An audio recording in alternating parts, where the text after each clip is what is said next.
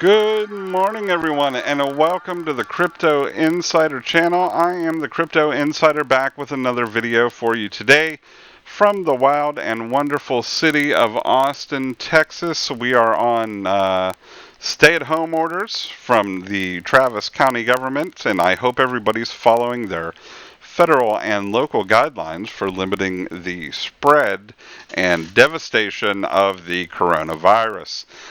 This is actually take two. I recorded the video in its entirety, and the audio had cut out after the first minute or so, and I did not know it until the end, so I basically have spent the past half hour talking to myself.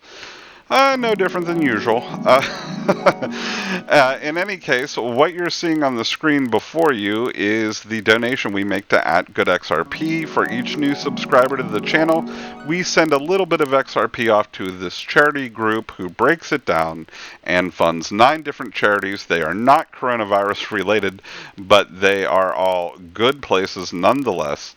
That helps everything from clean water, educational materials to kids, hospitals, you name it, they've probably got their hand in it somewhere. Alright, so let's jump right into the livecoinwatch.com cryptocurrency prices. Bitcoin dominance almost at 67%, actually 66.75. Everything is pretty much trading sideways. XRP sitting at 16.1 cents. And the chart's following along fairly closely to Bitcoin. As the dominance goes up, the charts follow even more closely.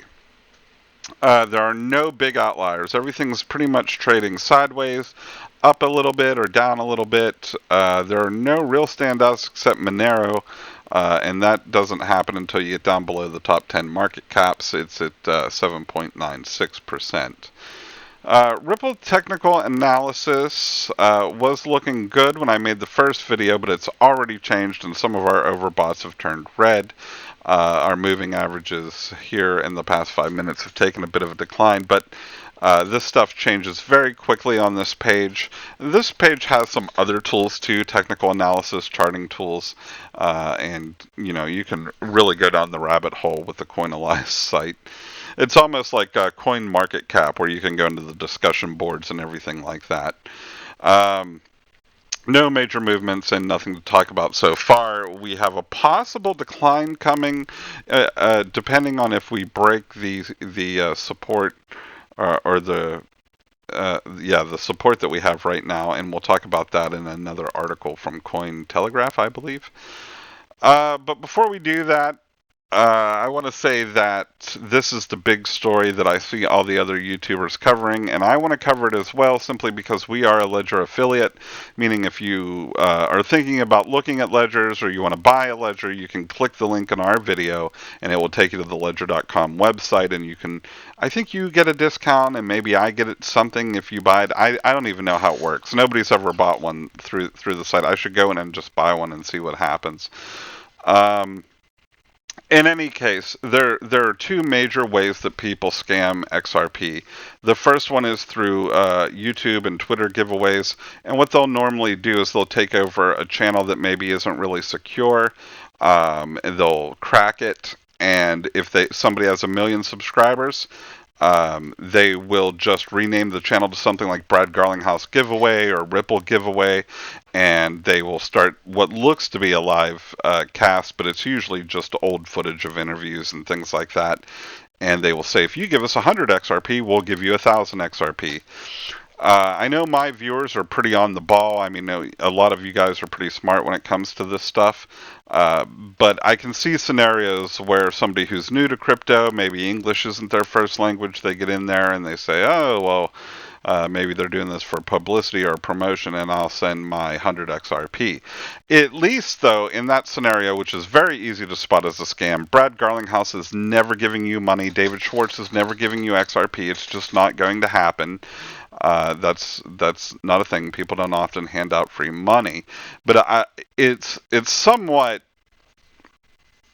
I don't know. I don't want to call it safer, but if you send somebody 100 XRP, you know that you've only sent 100 or 1,000 XRP or whatever it is. This particular scam we're going to talk about in this article from Bitcoinist.com is a little different. Let's read this little opener here. Ledger users beware. There are some bad actors operating right now looking to seize your backup seeds. If you see an ad on Google search for a Ledger Live Chrome extension, avoid it like the plague.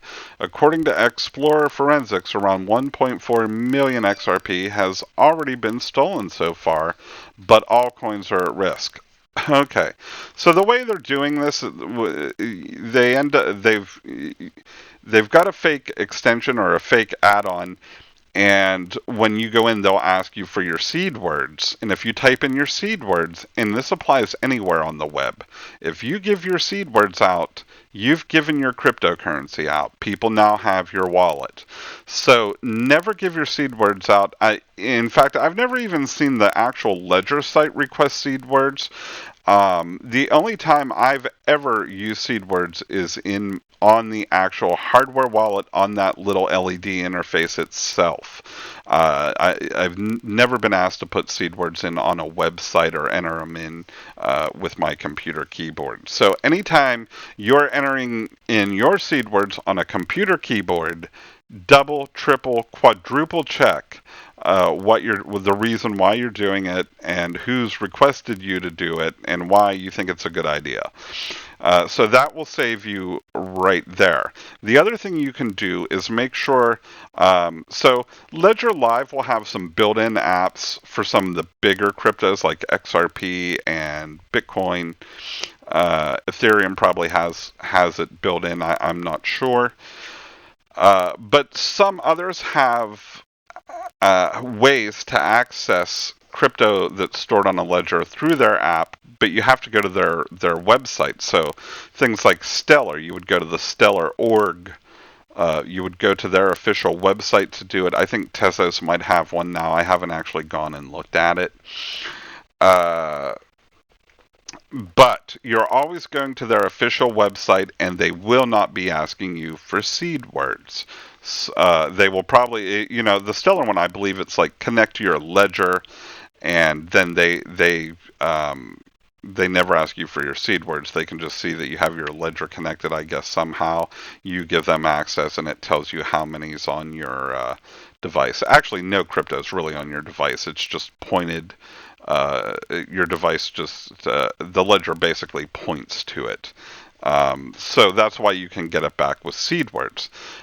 So let's talk about seed words.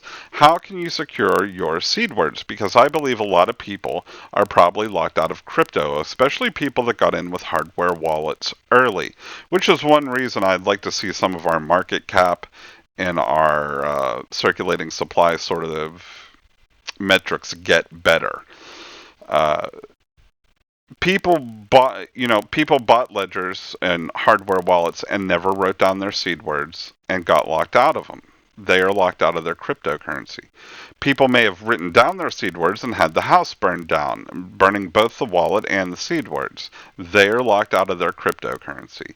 So there's a lot of crypto that looks like it's in circulating supply, but really it's never going to circulate anywhere because you can't get it back at that point. So here's a few ways to deal with your seed words. The first thing not to do is to write down your seed words and wrap it around your ledger with a rubber band. You wouldn't put your PIN number and magic marker on your ATM card. Do not put your seed words with your ledger. One thing you can do is if you have a big stack of papers and various documents, is you can write a nonsense story with your seed words. Maybe the first sentence or word of each sentence is one of your seed words, and you have it in a pile. That way, if someone actually goes through the pile, all they see is a nonsense story. Maybe they think you're insane, but you will have them and you will know what they are. But anybody looking at it would not be aware that they're crypto seed words.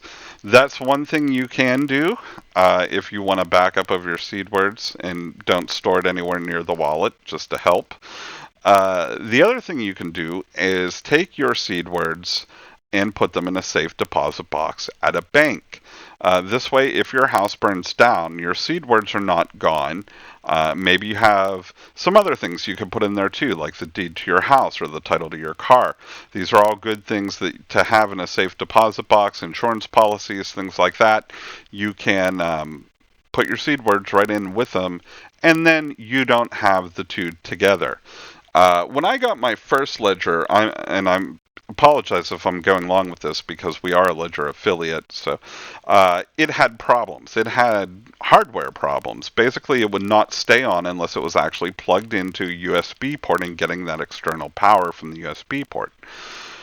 And I went on to an XRP site and I started, asking questions about it, and they all told me I was stupid and I didn't know how to work it and all this other stuff.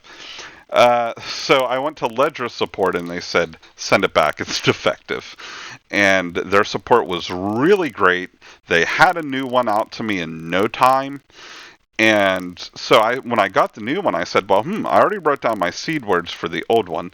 Let me try entering them in here to make sure that it works and that all my crypto is now on the new one. So I entered in my seed words, bam, I had access to everything. There was no problems. I really appreciated how quickly Ledger was able to support the issue. And how easy it was to get in. But we are a Ledger affiliate. If you were thinking about buying one, you can click on the link in the video and look at the various options there. It's not something I really go on and on about that often. I'm really not on here to sell products. I became an affiliate because it applies to the actual space. You're not going to see Crypto Insider placemats and coffee mugs and T-shirts and beer koozies and toilet paper. Although Crypto Insider toilet paper might be worth a good deal of money had I gotten into that. With these stupid hoarders.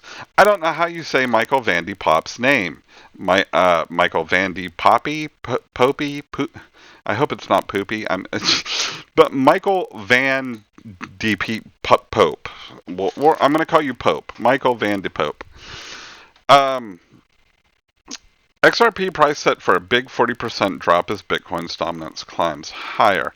And I'm not going to go through all this. I'm just basically going to say, go to this part of it, this one section. The USD chart of XRP is showing a clear downwards moving trend. The price of XRP is resting on the final support at 14.5 cents, which is crucial. If the price of XRP drops below the 14.5 cent level, a further downwards drop is likely to occur. Traders should target 6 cents as the next support level in that case. Now, I'm talking about this article and this analysis because it agrees with our other favorite technical analyst here at the Crypto Insider channel is DIY Investing, Mr. Jolly. Mr. Jolly's low target on XRP is also 6 cents. So now we have two technical analysis matching, and so I find that worthy to talk about. It's not just one person's opinion.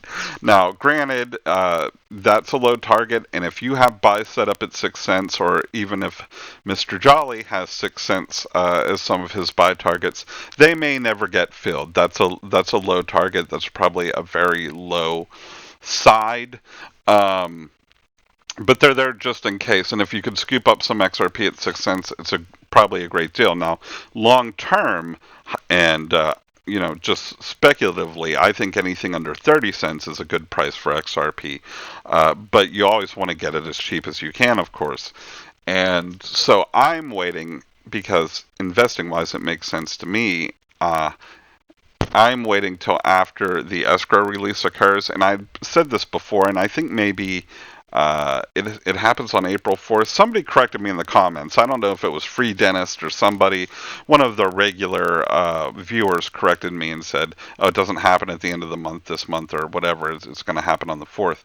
Whenever it occurs, my logic is that maybe Ripple decides they need some cash during this coronavirus scare, and so maybe it hits the open market. Now, normally, once escrow is released, at least for the past many, many months, Ripple has been putting it back into escrow. Or they'll release 1,000,000,000 XRP and put 900 million of it back into escrow and just sell that 100 million.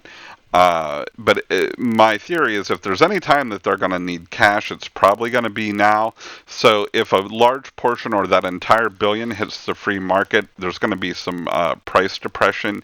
And I would buy after that happened than, buying right now. I would rather just wait a week and see what happens. Maybe I miss out on some price, if there is an increase, but at least I have some sort of valid reason for waiting, and that's what I'm encouraging some of my other friends that are in crypto to do. And I could be wrong; it could all go back into escrow. Ripple could say we don't need it, and it might be nothing. So it's just since we're so close, why not wait for it and see? Acer. Let's see. This other article I got from BizJournals.com that I thought was interesting. Atlanta startups using tech to fight coronavirus, and as it's by Madison Hogan, and it says as Atlanta cases of the coronavirus continue to increase, and the city encourages social distancing to fight the spread, several local startups and companies are using their tech for good to fight the virus. I hate the name of this company. I can't say it. Acer. Anyway, it looks like Acer, and if you're making a tech company, why would you want to have a name that's so close to another tech company? Bad naming. Bad Business 101, ACOR, or whatever your name is. An Atlanta-based developer of blockchain-enabled apps was one of the first startups in Atlanta to focus its tech on limiting the spread of coronavirus. In February, they built and released a coronavirus tracker to the public. The tracker uses the Hashlog data visualization engine to gather real-time information on the virus. The coronavirus Hashlog dashboard interacts with Hedera Hashgraph, a Dallas-based distributed public ledger to give researchers, scientists, and journalists information on how the virus spreads and trends over time. The tracker uses public data, including the data released from the Atlanta-based CDC and the World Health Organization. So, here we have one of our favorite cryptos, or networks, Hedera Hashgraph. It's a new up-and-comer in the crypto market, and the currency of the Hedera Hashgraph network is HBAR. So if you want to look it up on any of the exchanges or on the market cap websites, it's HBAR. We like them here because they have some heavy, heavy hitters on their governance council, including Boeing, Google, FIS Global, just a huge financial services company, probably the largest in the world, maybe, if not the second. And Wipro just announced, I think last week, another big tech company that's on the New York Stock Exchange. So they have a lot of good momentum behind them, and right now they're at, I think, something like 3 cents. So for me, it was just, if you have any fiat at all, you can get a bunch of these HBARs pretty cheaply now. And they've been climbing up the market cap. So they're also not on all the exchanges. Being in the U.S., I have to get mine on Bittrex. So, when something like, if someone like Coinbase picks them up, then, usually you can see a price bump there too. So it just made sense to me to pick up some HBAR and watch what happens with the price. Anyways, there's my music. I'm going long today, I think. So go ahead and like and subscribe, of course, but if you want to watch more videos, I'll put some up for you to click on and continue your crypto insider journey. I thank you for watching, and I should be back tomorrow with another cryptocurrency video for your viewing pleasure.